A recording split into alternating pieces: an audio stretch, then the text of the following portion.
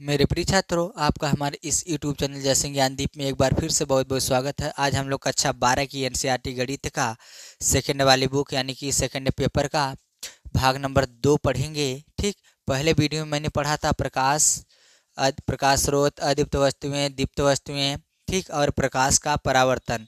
आज इस दूसरे वीडियो में हम लोग पढ़ेंगे कि प्रतिबिंब क्या होता है। ठीक, प्रतिबिंब क्या होता है जिसे अंग्रेजी में इमेज कहते हैं। तो देखिए, प्रतिबिंब तभी बनता है, ठीक, मान लीजिए कोई वस्तु है, ठीक, वस्तु है। अब यहाँ से इस पर मान लीजिए यहाँ पर सूर्य है, क्या भैया, यहाँ पर सूर्य है। अब जब इस सूर्य से या फिर यहाँ से प्रकाश की किरणें जाएंगी, इस पर, इस वस्तु से टकराएंगी, तो इस पर देखेंगे तो यहाँ पर कुछ छप जाता है, ठीक, छप जाता है, जो कि ये प्रकाश किरण को इतना प्रकाश रुक जाती है तो वस्तु यहाँ पर छप जाती है ही, इस वस्तु का क्या होता है, प्रतिबिंब कहलाता है। ठीक, तो प्रतिबिंब कहलाता है। तो कैसे कहेंगे,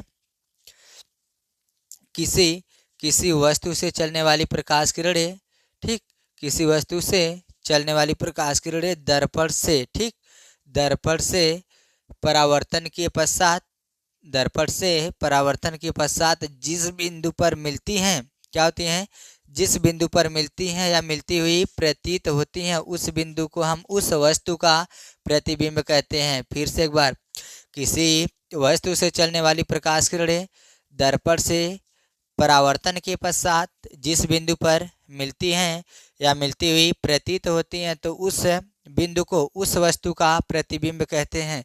ठीक, और प्रतिबिंब दो प्रकार से होते हैं। देखिए, पहला होता है वास्तविक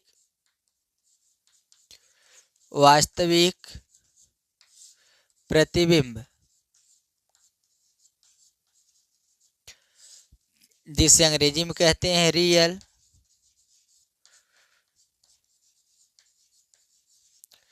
रियल इमेज। दूसरा होता है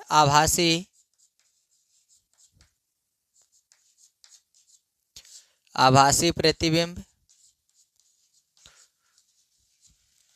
जिसे अंग्रेजी में कहते हैं वर्चुअल।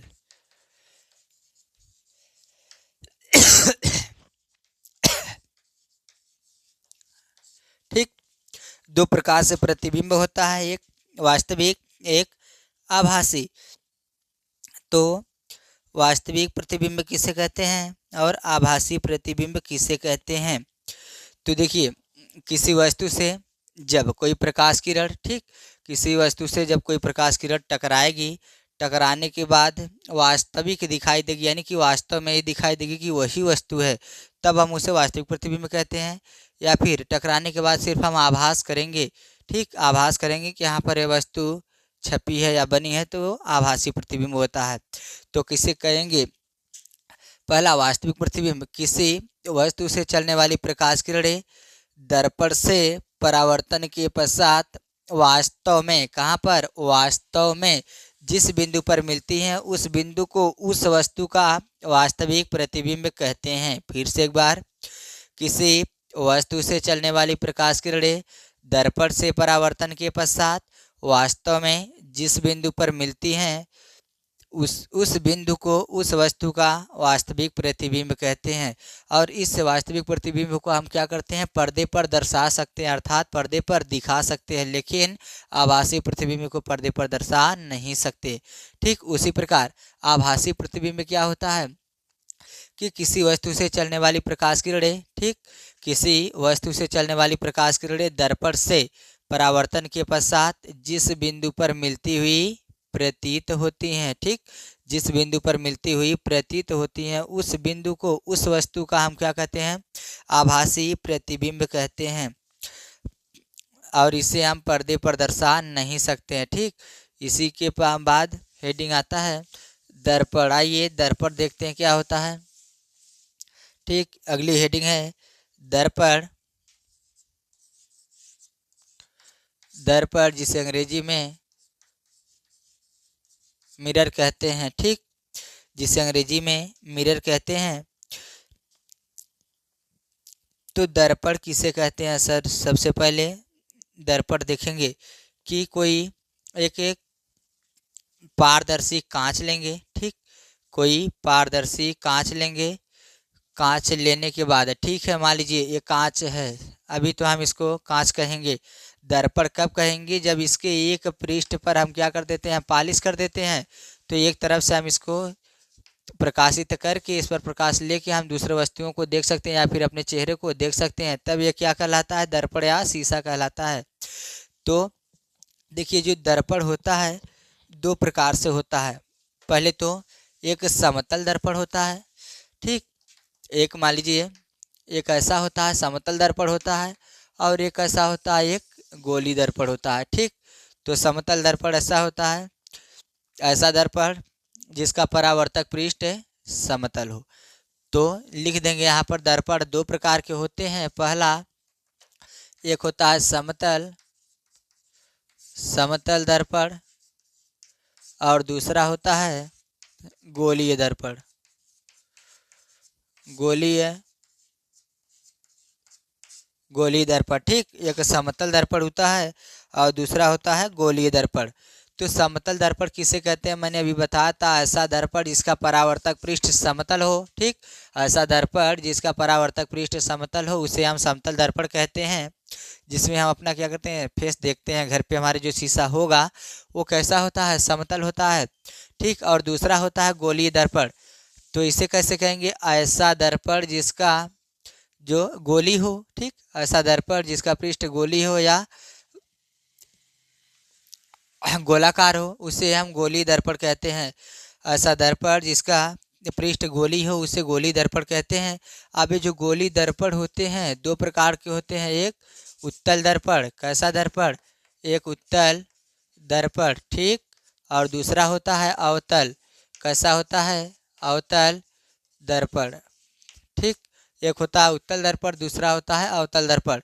अब देखिए इसमें उत्तल दर्पण कैसा होता है? अगर यही कांच का खोखला गोला है, यहाँ से हम काट लिए, बीचों बीच इसको काट दिया गया, ठीक। जैसे मान लीजिए क्रिकेट खेलते हैं तो बॉल है उसको काट देंगे तो एक कटोरा टाइप का बन जाता है। इधर का देखिए एक कटोरा टाइप का बना है, इधर का एक कटोरा टाइप का बना है। तो अलग अलग इन दोनों को कर लेंगे, एक ऐसा हो जाएगा और एक ऐसा हो जाएगा, ठीक। अवतल कब होगा? कि जब इसके दबे हुए, अगर मान लीजिए सीधा सीधा हमारे पास एक दर्पण था तो इधर से ऐसे इसको दबा कर हम मोड़ देंगे, तो जब दबा के मोड़ेंगे तो ऐसा हो सकता है, ठीक। ऐसा होगा। अगर इसमें पॉलिश मार के हमें पृथककारी बनाना है तो अगर इधर पॉलिश मारते हैं तो जिस साइड पॉलिश मारी जाती है उसके विपरीत प्रकाश का परावर्तन होता है। तो इधर देखिए उभरा हुआ सतह है, ठीक। ये उभरा हुआ पृष्ठ है इधर का, और इधर का दबा हुआ है, आपस में ऐसे था दबे हुए हैं, इधर का उभर गए हैं, ठीक। तो इधर जब दबे हुए तल से प्रकाश का परावर्तन हो, जब दबे हुए तल से प्रकाश का परावर्तन, इधर से प्रकाश का परावर्तन होगा तो उसे अवतल दर्पण कहते हैं। तो उसे अवतल दर्पण कहते हैं। अगर मान लीजिए पॉलिश इस प्रकार मार दें, पॉलिश इस प्रकार कर दें तो इसके इस वाले सतह से प्रकाश का परावर्तन होगा, तब इसे हम क्या कहेंगे? उत्तल दर्पण कहेंगे। तो इससे हमें क्या स्पष्ट होता है कि उत्तल दर्पण के लिए देखिए ऐसा दर्पण जिसका परावर्तक पृष्ठ उत्तल हो या उभरा हुआ हो, या जिस दर्पण में उभरे हुए तल से प्रकाश का परावर्तन हो उसे उत्तल दर्पण कहते हैं। या फिर इस तरह से भी लिख सकते हैं, यदि गोलीय खंड पर, ठीक, या फिर किसी गोलीय खंड पर पॉलिश इस प्रकार की जाए, यही है, मानिए पॉलिश इस प्रकार की जाए कि इसके उभरे हुए तल से प्रकाश का परावर्तन हो। फिर से एक बार, यदि गोलीय खंड पर पॉलिश इस प्रकार की जाए कि इसके उभरे हुए तल से प्रकाश का परावर्तन हो तो इस प्रकार बने दर्पण को हम उत्तल दर्पण कहते हैं, ठीक। इसी प्रकार अवतल के लिए क्या करेंगे? इस तरह से बना लेंगे, उत्तल वाले पृष्ठ पर हम कलई कर देंगे तो क्या मिलेगा? यदि कैसे कहेंगे कि यदि गोली खंड पर पॉलिश इस प्रकार की जाए कि इसके अवतल पृष्ठ यानी दबे हुए तल से प्रकाश का परावर्तन हो। फिर से एक बार, यदि गोली खंड पर पॉलिश इस प्रकार की जाए कि इसके दबे हुए तल से प्रकाश का परावर्तन हो तो इस प्रकार बने दर्पण को हम क्या कहते हैं? अवतल दर्पण कहते हैं, ठीक।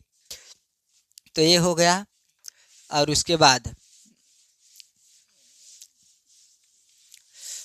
चलिए अब इसके बाद हेडिंग देखते हैं।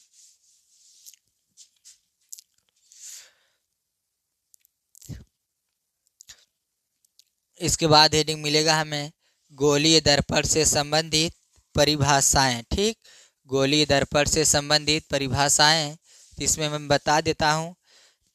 ये जो होता है, ठीक, ये गोली दर्पण है। अब इसमें देखिए, यहाँ से अगर हम एक चाप लगा के इस गोले को बनाएंगे तो ये क्या कहलाता है, इसका केंद्र कहलाता है। ठीक, अब उसके बाद यहाँ से हम मानिए काट देते हैं तो ऐसा दर्पण हमें मिल जाता है एक। इसको हटा देते हैं। ठीक, मानिए काट के एक कटा हुआ ये भाग है। तो अब यहाँ से ये क्या होता है, यहाँ पर इसके दर्पण के मानिए अवतल हम बनाए हैं। ठीक, अवतल दर्पण एक लिए हैं और एक इधर उत्तल दर्पण भी ले लेंगे। ठीक, एक उत्तल दर्पण भी ले लेंगे। अब यहाँ देखिए, अगर इस गोले को हम बनाएंगे तो ऐसा गोला बनेगा जहाँ केंद्र होता है वहीं पर इसका सी होता है, सी मान लीजिए। और इसके यहाँ से यहाँ तक एकदम बीच में एक बिंदु होता है पी, जिसे हम दर्पण का ध्रुव कहते हैं। ठीक, और उसी प्रकार ये भी किसी गोले का भाग है तो इसका दर्पण का ध्रुव यहाँ पर पी होता है और इसका केंद्र यहाँ पर मान लीजिए कितना है, सी है। तो इसमें परिभाषाएं मिलती हैं। दर्पण का ध्रुव पहले होता है दर्पण का ध्रुव। दर्पण का ध्रुव किसे कहते हैं, दर्पण का ध्रुव किसे कहते हैं? तो देखिए, गोलीय दर्पण के, ठीक, गोलीय दर्पण के परावर्तक तल के मध्य बिंदु को हम क्या कहते हैं, दर्पण का ध्रुव कहते हैं भैया। फिर से, गोलीय दर्पण के परावर्तक तल के, कहाँ है गोलीय दर्पण का परावर्तक तल? यहाँ से यहाँ तक का मध्य बिंदु यही होता है, यहीं पर दर्पण का ध्रुव पी होता है। परिभाषा लिखेंगे, गोलीय दर्पण के परावर्तक तल के मध्य बिंदु को दर्पण का ध्रुव कहते हैं।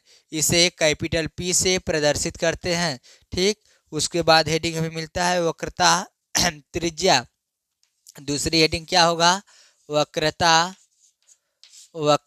त्रिज्या। ठीक, वक्रता त्रिज्या किसे कहते हैं? आप देखिए, ये गोले की त्रिज्या है ना, यहाँ से यहाँ तक की जो त्रिज्या होगी वही इस दर्पण की भी त्रिज्या कहलाती है।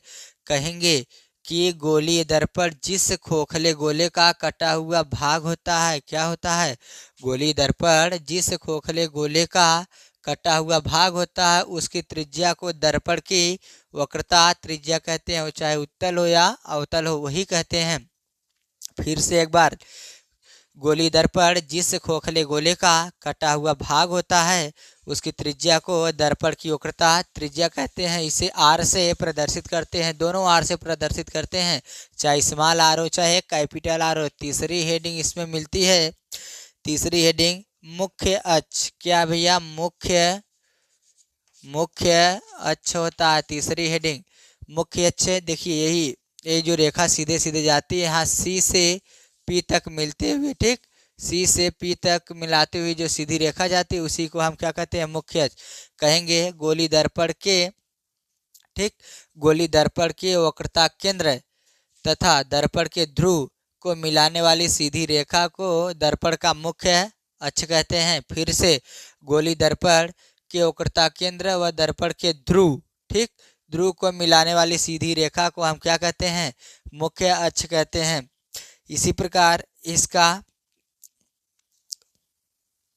होता है मुख्य फोकस। ठीक, इसके बाद समझ लेते हैं पहले अभिलंब। क्या होगा, अभिलंब।